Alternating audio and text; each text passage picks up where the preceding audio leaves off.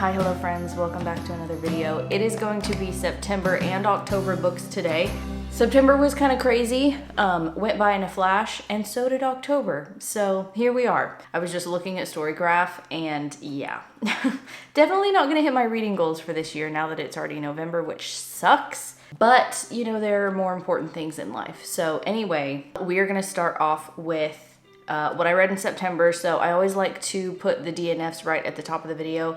And this one, I feel like I'm gonna get a little bit of flack for because it's a lot of people's like favorite TikTok book or whatever. I don't usually read a lot of these, but it did sound really interesting. I think it's pitched as a dark academia. So I was very excited and then I was very disappointed. And that was One Dark Window by Rachel Gillig.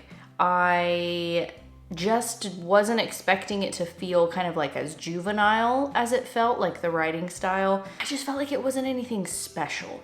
Like it didn't grab me. And I think, you know, I obviously went in with expectations like, wow, this is gonna be amazing. So many people love this book. It's gonna be my new favorite book too. You know, like we go into books like that with these really extreme expectations. And I just felt like, you know, there's like storybook rhymes that open the chapters. I felt like that's partially to blame for sort of the juvenile vibe that I picked up from it. I want to say I made it to like the 50% mark and there was still like no romance yet, which was surprising because if you're halfway through a book and it's kind of pitched to have some romance, I was also kind of confused as to why there wasn't much happening. It was me. I was just being impatient. I found myself being like, do I really want to sit through a story where they find the first card and the second card and the third card? That's kind of what I assumed was gonna happen. I could totally be wrong. You guys can correct me in the comments, but I was looking for something to get me into the autumnal mood. Usually a dark academia book will do that. And yeah, I just kind of, I don't know, it just wasn't for me. However, I wanted to give Rachel Gillig a second chance, and so I did immediately jump into The Night and the Moth, which I finished, and I did generally enjoy.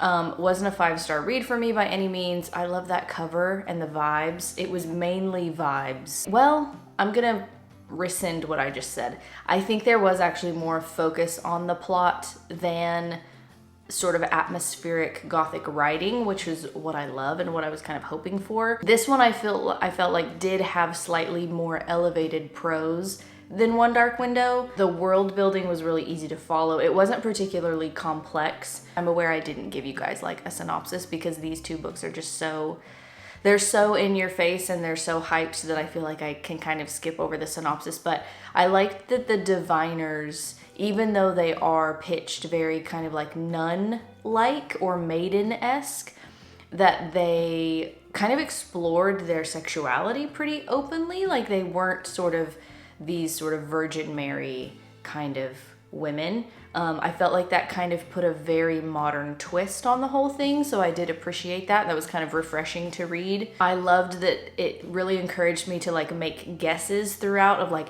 who's going missing, some of the diviners go missing. And we're trying to figure out like who it was. I definitely very early on a pretty strong inkling at who it was, and I feel like it's almost like it was kind of handed to us. Like it certainly wasn't like a tricky one to figure out. Like I feel like it was pretty well set up. It wasn't so much a twist, I wouldn't say, or like a very big reveal. I appreciated the yearning between Sybil and Rory or Roderick. I do love some yearning and tension. Honestly, more so than I do like actual spice. So I did appreciate that. It felt a little bit overlong, I'm not gonna lie. I was kind of like, I would be entertained and then I would be kind of bored. And then I would be entertained and then I'd be kind of bored. So again, it just wasn't like a 5-star. I will say I won't continue the series because it is a series. I have to really be obsessed with a book in order to want to continue. I think I gave it like 3.5 stars. Oh, and then I read my favorite genre. I love a lit fic. Lit fic is just, that's where it's at. If that's the only thing I could ever read for the rest of my life, I would be satisfied with that. And I did read another Trios, Fernanda Trios. If you guys remember a couple of months ago I read The Rooftop by her. Very short book, like super skinny, 100 and something pages. And so then I saw that she has one called Pink Slime, which came out more recently, I believe. And it's about this like environmental catastrophe. There's this weird red algae that is like taking over all the water. And so it's essentially like an eco lit fic kind of book. Just knew that I would probably really love it. And I did. I don't love it as much as The Rooftop, but it's still very atmospheric. So we have a woman who's just trying to survive in this world. She's got a husband who's in the hospital because he's become infected by this algae and like whatever it does to you. It wasn't super clear on exactly what happens to you. It was certainly not as propulsive as The Rooftop. So if I had to reread one of them, it would be the other one. I feel like for sure there is the theme of like human avarice in this, which often comes up in a lot of clifi kind of books because it's usually something that humans have done to the environment. Like it's a result of like, you know, humans' greed. There was a character, I want to say his name was Mauro. I think that's how you pronounce it, Mauro. And he's the little boy that our main character is nannying. She's a nanny. He has this like condition where he can eat and eat and eat and eat and it's never enough. He's always hungry. And I felt like he was obviously like supposed to be a metaphor for humans, for society, for the way that we just gobble up the earth. And it feels like it's just this never-ending thing. Like we just need more, and we're just constantly consuming. I enjoyed it. I think it was like a 3.5 star, not my favorite read ever. But it did work for Uruguay for my Reading Around the World challenge. I'm trying to read a book from every country. I've already read one from Uruguay, because I read The Rooftop, but I enjoyed this one as well. Ooh, then we had a reread, and I'm not a rereader. Like that is not, I don't do that very often. So if I'm rereading a book, it's because I'm really, really enjoying it. And it was this one by Missouri Williams, The Doloriad. This was such a creepy read, and this is about incest. So this takes place in a world where it's basically like post-apocalyptic. There's another sort of environmental cataclysm type event that's happened, and we have a woman named the matriarch, and she's wheelchair bound, and she's always got these dark sunglasses on. She doesn't say a lot. We don't get a lot of scenes with her, but she is the mother trying to basically repopulate the earth in her image, but she's doing it with her brother. So yeah, but I love it. It's like disgusting, but I love it so much. It's sort of a gothic spin on a Greek tragedy. A lot of people are comparing it to that. It's like very, very unsettling, very lyrical. The prose is very metaphorical. Whenever somebody gives this a bad review, it's because they don't like the writing style. There's a lot in here that's kind of opaque, and you kind of have to be okay with that, because otherwise you're not going to enjoy it. And I really did, because some of the lines are so beautiful and so stunning and so disturbing.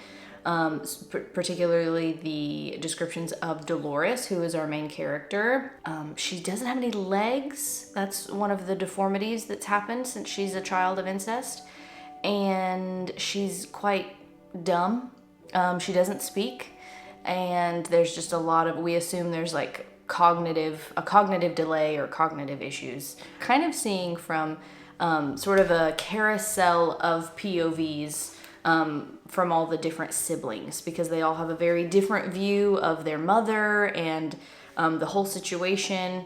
One of the brothers in particular is quite violent, and he is certainly a sort of Cain type character. If we're going to use, biblical references, he would for sure be sort of a Cain type character. There actually is quite a bit of sort of subtly biblical language and names. It is quite graphic.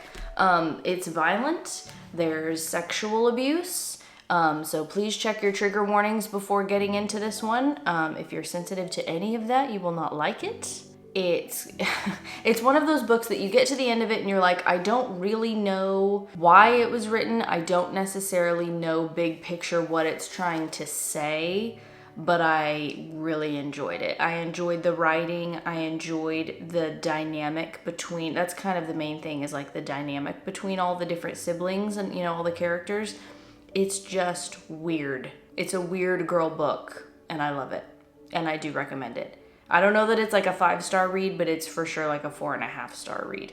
Oh yeah, and then I did finish, finally, I say finally, there was only 3 books, the Vita Nostra trilogy by Marina and Sergei Dyachenko. Been waiting for this one for a while.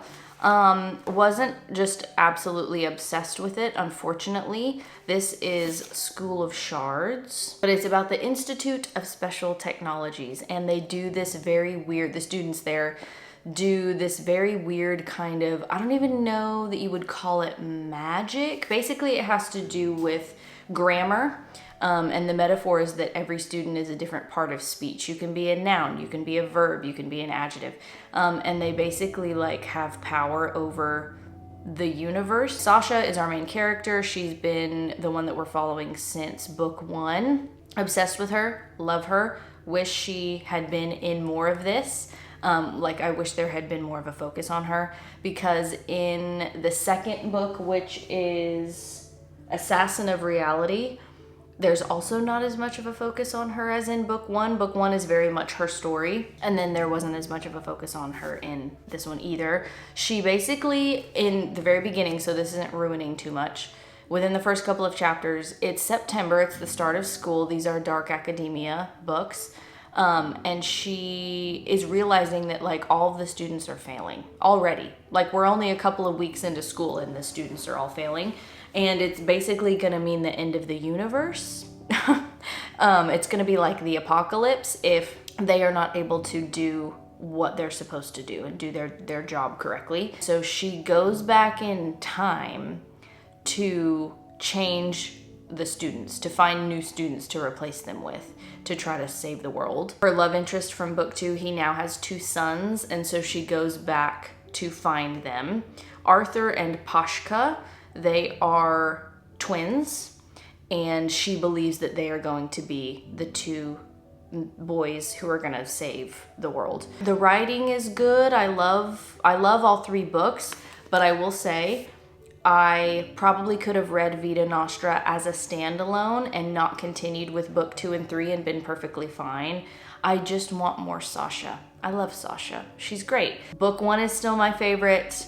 I'm not gonna say I was like super let down, but I kept hoping that we would get back to her, and I wanted to know where she was, what's she doing, what's she up to, and we don't get a lot of her. So that was School of Shards.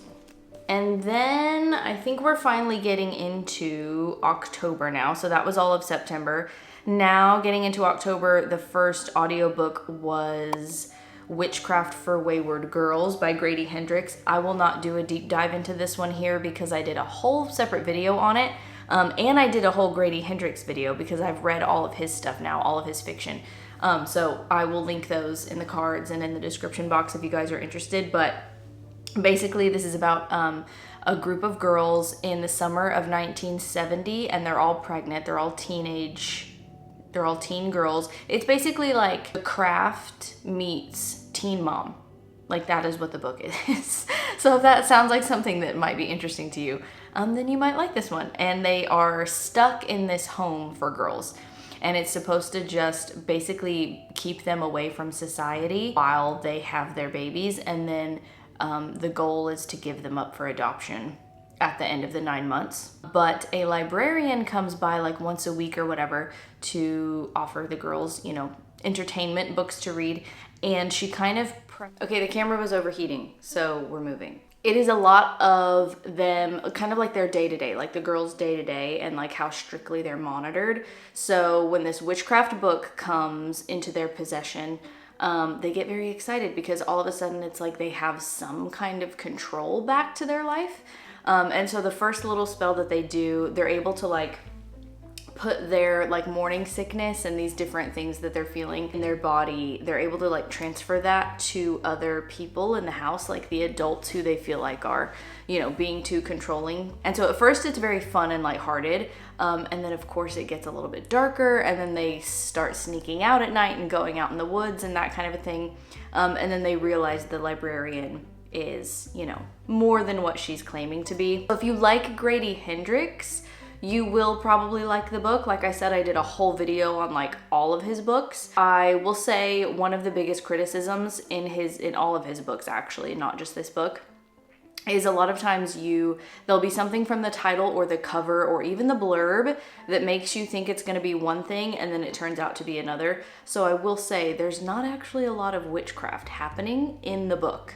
In terms of like literal scenes that are describing what they're doing. He's very humorous. A lot of Grady Hendrix's books, they're horror, like they have a dark kind of twist to them, but they're actually quite funny. And they're more like kind of like black comedies. It wasn't a huge disappointment, but it wasn't actually a lot of witchcraft. Okay, then the next one for October, I was so pumped for this one. Because it's another lit fic, and I'd seen a couple of people on YouTube read it and review it and like talk about it. It's been out since 2019. Actually the English translation, because it's a Swedish book, was 2022. So it's been out in English since 2022. Anyway, it is Carnality by Lisa Wolf. I am obsessed with everything about the cover. And the blurb sounded really interesting. We've got lots of different people, like a couple different characters, not a lot, like 3 different characters from very different like walks of life. And it's one of those stories where you have a couple of different rotating POVs, and then by the end you kind of see how they're sort of connected to one another. I just thought it sounded interesting. It takes place in Madrid. It says, Carnality is a novel about the universal need for spirituality and truth, not to mention a good story set in the seemingly unspiritual, grimy underbelly of society. It's a little bit violent. There's a little bit of violence in there. But it was just kind of a very basic story about these 3 characters. Sorry, the camera is shaking because the cat is sitting in the chair that the tripod is on. We have these characters, 3 characters. We have a nun, who was not as like diabolical as what I was hoping that she would be, because it says in the synopsis that she is diabolical. That is the word that is used. And I've seen some people DNF this because there weren't enough nuns and it wasn't dark enough. And so people got bored and DNF'd. So we have the nun, we have a man who went on a reality TV show, after which the book is named, Carnality. And we have a writer whose day job is as like a caretaker for this older man who's wheelchair bound. I felt like there wasn't a lot of differentiation between the 3 characters in terms of like the narrative voice and like the writing style. So it's one where when you jump back and forth, you have to really pay attention. I think if I had been listening to the audiobook, I would have been totally lost. The main reason why I think it fell flat for me is because there's a lack of interiority. We don't really get to know the characters all that well because it's a lot of just like what's happening right in front of them and not a lot of what's going on inside their mind and how they're feeling. And for me to really love a book, I have to really feel like I know the characters super well. It sounds from the blurb like it's a dark comedy, kind of a la Polinick even. Especially like the reality TV show part of it. It sounds like something Polinick would write, but there just wasn't it wasn't very humorous, and it says that it's gonna be a black comedy. Like I would find myself in the middle of scenes and be like, but why are we here? What is the point of this scene? What are we doing? What am I learning? I feel like that's that kind of meandering sort of feeling that you get. You do get that feeling a lot in literary fiction because sometimes there's more of a focus on the prose and less on the plot. But I wasn't super patient with this one, I guess. And then the final audiobook was We Love You Bunny by Mona Awad, who I'm not gonna say I have a love-hate relationship. I do love her books, I do enjoy them. I will read anything that she writes. I loved Bunny. It was sort of the first weird girl book that I read before that was even like a trend on TikTok. Loved how like openly shallow these girls are, and they're sort of hive mind. And it's very kind of like Mean Girls meets Frankenstein, kind of, because they have this ability to like create these golems, these boys. You definitely have to read the first book. You cannot dive into We Love You, Bunny and have any context for what the hell is going on. I will say the whole book kind of feels like a commentary on the first book, or almost like a correction of the first book. The girls break the fourth wall immediately, and we are now Samantha. Like the narrator, the girls, the other bunnies, are talking to us as if we are Samantha, who narrated Bunny, the first book. And they break the fourth wall constantly, and we're sort of sitting in a chair tied up with an axe to our throat, and the girls are upset, the other bunnies are upset at how they were portrayed in the first book. And so the second book is almost not a retelling, but like a correction or a commentary on the first book. And so you have to be willing to kind of accept that kind of meta writing style, or you will hate the book. Even the narration itself gets interrupted by another girl. I thoroughly enjoyed it as an audiobook, because it does really feel like you're just like sitting in a room listening to the bunnies bicker with each other and kind of bitch about Samantha. So I do recommend the audiobook, and the narrator does, slightly different voices for each girl. Basically, it's the bunnies' origin story of them meeting at an MFA program, and they expected to have this really amazing female professor, and she ends up being replaced by a man named Alan, and he is a good professor and does his job, and kind of very much he marks up all their writing, and they take offense to that. And so the whole plot is them basically conspiring to kill Alan. They just hate him. They hate him with all of the fiery passion that they have. Basically, he eviscerates their work, and so they want to eviscerate him. It is very much like an unreliable narrator type of story. That's the whole shtick of the book. As with Bunny as well, it's the same thing with We Love You, Bunny. You have to be open to this idea that and you're very much aware of the fact that these girls are just crazy and probably should be maybe even in an insane asylum. And they are absolutely menaces to society. They create yet another sort of Frankenstein kind of monster. A big chunk of the book is told from his perspective.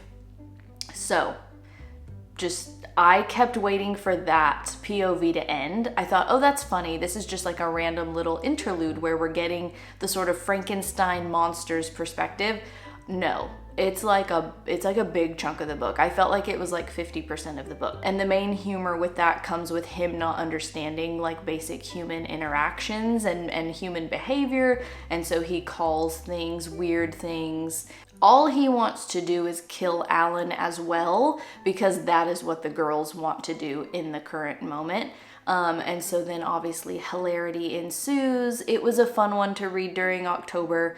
It feels very silly. It feels very lighthearted. I think Heathers, the movie Heathers from the 80s, I want to say Mona Awad has said in an interview at some point in time, or maybe it's even in the blurb of the book, that's like one of her inspirations. I felt like it was a little overlong. I was listening at one point on 2.5 speed because it's like a 20-hour audiobook. I did not feel like it needed to be that long at all.